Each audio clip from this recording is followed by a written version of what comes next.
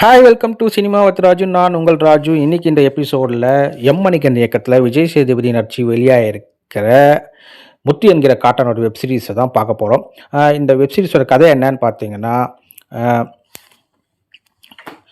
ஒரு கிராமத்தில் ஒரு போலீஸ் ஸ்டேஷன் இருக்குது. அந்த போலீஸ் ஸ்டேஷனில் பார்த்தீங்கன்னா ஒரு 2-3 ஆண்டுகளாக எந்த கேஸுமே வரல. சரி, ஒரு கட்டத்தில் இந்த ஸ்டேஷனை வேண்டாம் இழுத்து முடியலான்னு நினைக்க சொல்ல, நம்மளும் ரொம்ப நேரமாக வந்து விஜய் சேதுபதி இன்ட்ரடக்ஷனே காணவே நினைக்க சொல்ல, அவருடைய வெட்டப்பட்ட தலை ஒன்று அந்த ஊரில் கிடைக்கிது.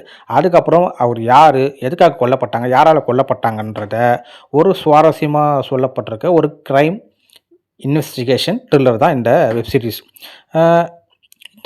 இதோட லென்த்துன்னு பார்த்தீங்கன்னா கிட்டத்தட்ட ஒரு 5 மணி நேரம் 20 நிமிஷம் ஓடுது. கிட்டத்தட்ட ஒரு 10 எபிசோடாக பண்ணியிருக்காங்க. நம்மளுக்கு என்ன ஃபீல் ஆச்சுன்னா, இது ஒரு 10 எபிசோடாக பண்ணுறதுக்கு இன்னும் ஒரு 2-3 எபிசோடு குறைச்சிருந்தாங்கன்னா இன்னும் ஒரு கிறிஸ்பாக சுவாரஸ்யமாக இருந்திருக்குமோ அப்படின்னு நம்மளுக்கு ஃபீல் ஆச்சு. ஏன்னா ஒவ்வொரு எபிசோடு முடிய சொல்லணும் நம்மளுக்கு ஒரு ட்விஸ்ட் அண்ட் டேர்ன் சர்ப்ரைஸ் இருந்தால் தான் அடுத்த எபிசோடுக்கு நம்ம போவோம். அது இதில் கொஞ்சம் மிஸ்ஸிங் ஆகுது. ஒரு 2-3 எபிசோடை தவிர மற்ற எபிசோடில் அந்த வந்து மிஸ்ஸிங் ஆகுது. மற்றபடி பார்த்திங்கன்னா விஜய் சேதுபதி ஆட்டம், அதில் வர வில்லன் ஆட்டம், அதுக்கப்புறம் அதில் நிறைய கேரக்டர்ஸ் ப்ளே பண்ணியிருக்காங்க. அவங்களோட பர்ஃபார்மன்ஸும் ஓரளவுக்கு டீசெண்டாக இருக்குது. இது ஒரு கிராமத்து பின்னணி நடக்கிற கதைக்களம்ன்றனால அந்த லொக்கேஷன்லாம் பார்க்க அருமையாக இருக்குது.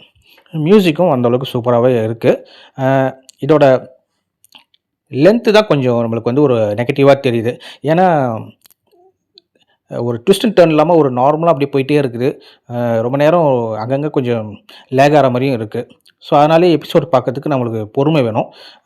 அதனால் வேறு என்ன, அதுக்கப்புறம் பார்த்திங்கன்னா இந்த கடைசி கிளைமேக்ஸில் பார்த்திங்கன்னா சின்ன சின்ன டாட்ஸ்லாம் வந்து நிறைய மிஸ்ஸிங் பண்ணியிருக்காங்க. அதை நம்மக்கிட்டே விட்டுட்டாங்களா என்னன்னு தெரில, நீங்களே கெஸ் பண்ணிக்கங்க அப்படின்ற மாதிரி. ஸோ நிறைய டாட்ஸ் வந்து கொஞ்சம் நம்மளுக்கு மிஸ்ஸிங்காக இருக்குது.